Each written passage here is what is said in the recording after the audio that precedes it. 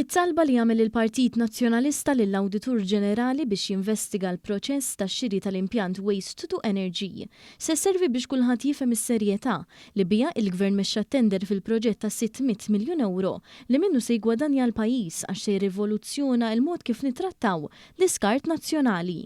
Dan intqal mill-Partit Laburista ftit wara l-Oppożizzjoni marret għand l-Awditur Ġenerali biex jitolbuh jinvestiga loti ta' tender. Il-Partit Laburista laqa dan il-fatt u insista li bl-istess investigazzjoni tal-Uffiċċju tal-Awditur Ġenerali ħadd mhu se jkun jista' jibqa' jinqeda b'nofs veritajiet u idejat konfużi b'attentat li jiġi skredit il-Gvern u għar minn hekk jiġu favoriti interessi kummerċjali privati partikolari. Anka l-entità responsabbli WasteServ sostniet li tali investigazzjoni se turi x-xogħol metikolus li sar fil-proċess. Qalet li dejjem imxiet mal-aħjar prattiċi anka bis-sem tal-aħjar ditta fid-dinja f'konsulenza dwar l-immaniġġjar tal-iskart, xi ħaġa li ġiet ivverifikata b'mod indipendenti minn ditta oħra rinomata fir-Renju Unit, li konfermat kif ir-riżultat u l-proċess tal-akwist tmexxew b'mod ġust u ekwu. Il-Qorti tal-Appell ukoll ma kontestatx il-proċedura adottata mill-WasteServ li klassifikat l-offerenti jew il-punteġġ mogħtija.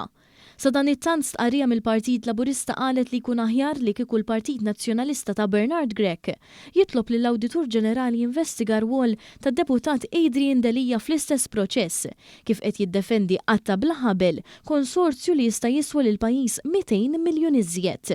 Staqsa f'isem min qed jitkellem Adrian Delija meta jagħmel rimarki fil-pubbliku dwar dan, jekk hux qed jitkellem f'ismu bħala avukat biex javvanza l-prattika tiegħu, jekk hux qed jitkellem f'isem kuntrattur li għandu offerta ta' 200 miljun euro ola, jew jekk hux qed jitkellem f'isem il-Partit Nazzjonalista.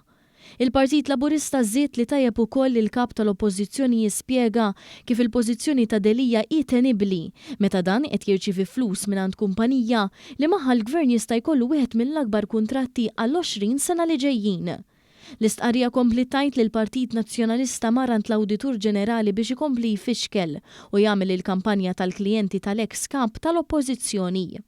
Il-Partit Laburista temm jgħid li Adrian Delija qed jagħmel eluf kbar minn din il-kumpanija favur konsorzju li kellu offerta ħafna ola u miegħu daħħal f'konfoffa lill-Partit Nazzjonalista kollu kemm hu.